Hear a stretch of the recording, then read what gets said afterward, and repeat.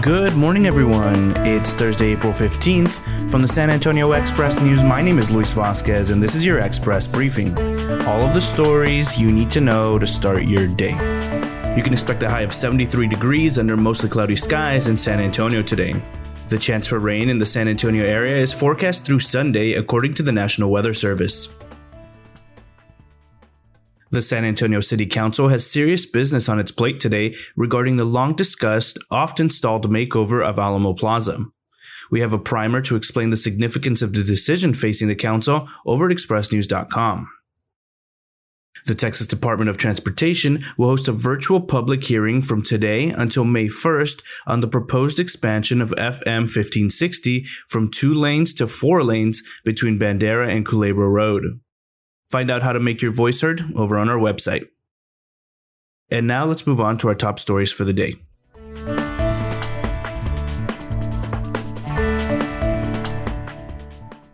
The internet helped many retailers survive the COVID-19 pandemic, and they're going to build on the lessons they learned from 2020. For many businesses, online sales was the lifeboat that helped them survive the virus's perfect storm of uncertainty.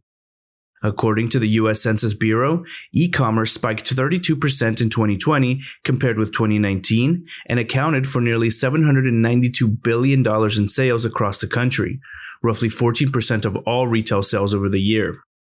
Economists see the e-commerce boom as a fundamental shift in how consumers shop. Check out what local business owners told us about social media and the future of online sales over at expressnews.com. A prominent San Antonio lawyer who resigned from his firm in January after accusing his law partner of harassment has been slapped with a protective order alleging he threatened his wife and daughter, who was 3, in a series of domestic violence incidents. The protective order against TJ Mays, a former chief of staff for Bexar County Judge Nelson Wolf and for San Antonio Mayor Ron Nirenberg when he was a councilman, was requested by his wife, Laura Mays, according to a spokeswoman for the city. The filing said Laura Mays feared for her safety and that of her daughter, describing an incident in which TJ Mays grew angry, broke, and threw things. Elizabeth Zavala has what we know so far over at expressnews.com. An overwhelming majority of respondents to a city survey are happy with the San Antonio Police Department, and more than half want to see more officers on the street, prompting city officials to consider moving some duties outside of the department to make that happen. This is not a plan to defund the police, City Manager Eric Walsh said. This is a plan to align our foundational issues, get input from the community, make sure we're lined up with their expectations, and that we're being thoughtful about things we're doing right now with police officers that maybe we can do with someone else in order to limit those encounters that can become deadly or not good in terms of interaction with the police. Before a plan is finalized, more community input will be gathered, he said. Various virtual meetings will be held this month and in May. The next community-wide one is set for April 20th. Check out some of the changes up for discussion over at expressnews.com. A judge reduced the bail for a mother charged with abandoning her child, but she remained in the Bexar County Jail Wednesday and her son is still missing. The bail for Delani Shirez, who was arrested in mid-March, was reduced from $250,000 to $150,000, court records show. If she can make that bail, which would require posting a bond of $15,000, she would have to remain at home except to go to work and wear a GPS monitor. Her child, 21-month-old James Avi Shirez, hasn't been seen for 3 months. Family and friends continue to search for the boy and were in front of Main Plaza downtown Wednesday wearing shirts with the photo of his face and holding up signs describing the missing child. Liz Hardaway has the full story over at expressnews.com.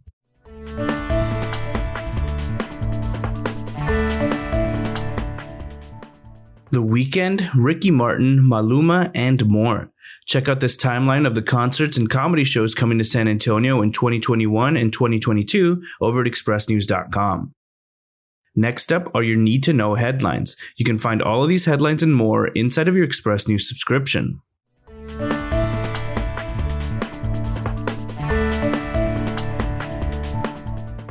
The city of San Antonio has rolled out its COVID-19 vaccine waitlist, finally giving people a way to escape the stress of hunting for appointments on their own. 30-year-old legislation that could lead to reparations for slavery was set to receive a vote for the first time on Wednesday night as the House committee considered the measure, now championed by U.S. Representative Sheila Jackson Lee of Texas. U.S. Representative Joaquin Castro and nearly 24 others in the Congressional Hispanic Caucus asked Defense Secretary Lloyd Austin to rename Fort Hood for Medal of Honor recipient Roy Benavides. CPS Energy said it has enough power to meet demand in San Antonio as the statewide grid on Wednesday continued warning of a tight supply of electricity. Statewide, 33,000 megawatts of power generation is out of service because of maintenance work, ERCOT said.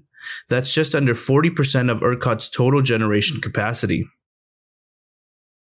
When Rob Santos ran for president of the American Statistical Association last year, he pitched himself as just a kid, albeit much older, from a San Antonio barrio with two career passions, statistics and helping people. His next job pitch will likely be to a room full of U.S. senators as President Joe Biden's pick to lead the U.S. Census Bureau.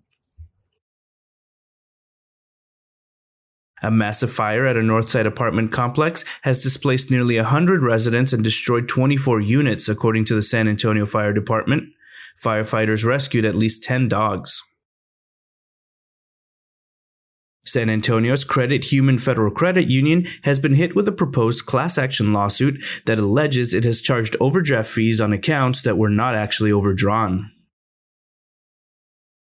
Despite having so much to lose with the NCAA, the Texas Senate plowed ahead with a bill that would bar transgendered girls from playing in girls' scholastic sports.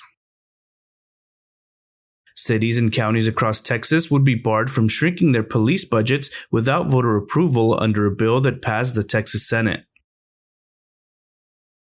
Former Texas Lieutenant Governor David Dewhurst was arrested in Dallas on an assault charge, apparently the third time the former lawmaker has been involved in an incident of domestic violence in the past year. A new Quinnipiac poll finds that most Americans disapprove of President Joe Biden's handling of the situation at the Mexican border. In a video posted on YouTube Wednesday morning, KTSA radio personality Trey Ware delivered a heartfelt tribute to Elizabeth Ruiz, who is retiring Thursday after 40 years with the station. Amazon is doubling the number of delivery stations it operates in the greater San Antonio area. Packages are sent from fulfillment and sorting centers to delivery facilities where the parcels are sorted by zip code and unloaded on vans for transportation to customers' doorsteps.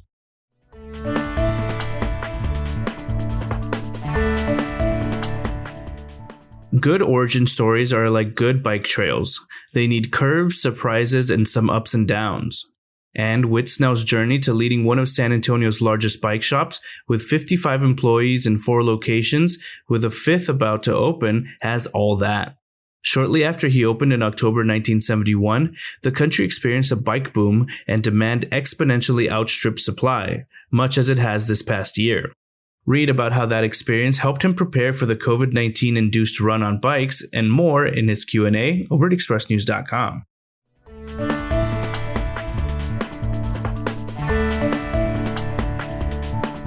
Never before has this city had so many restaurants with menu offerings specifically designed for our canine companions.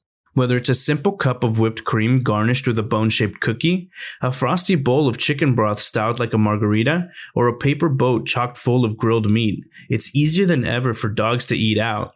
Paul Stephen has 8 San Antonio restaurants with the best dog menus or dishes made for dogs. The thriller Nobody, starring Bob Odenkirk, tops our list of what's new or notable in home video.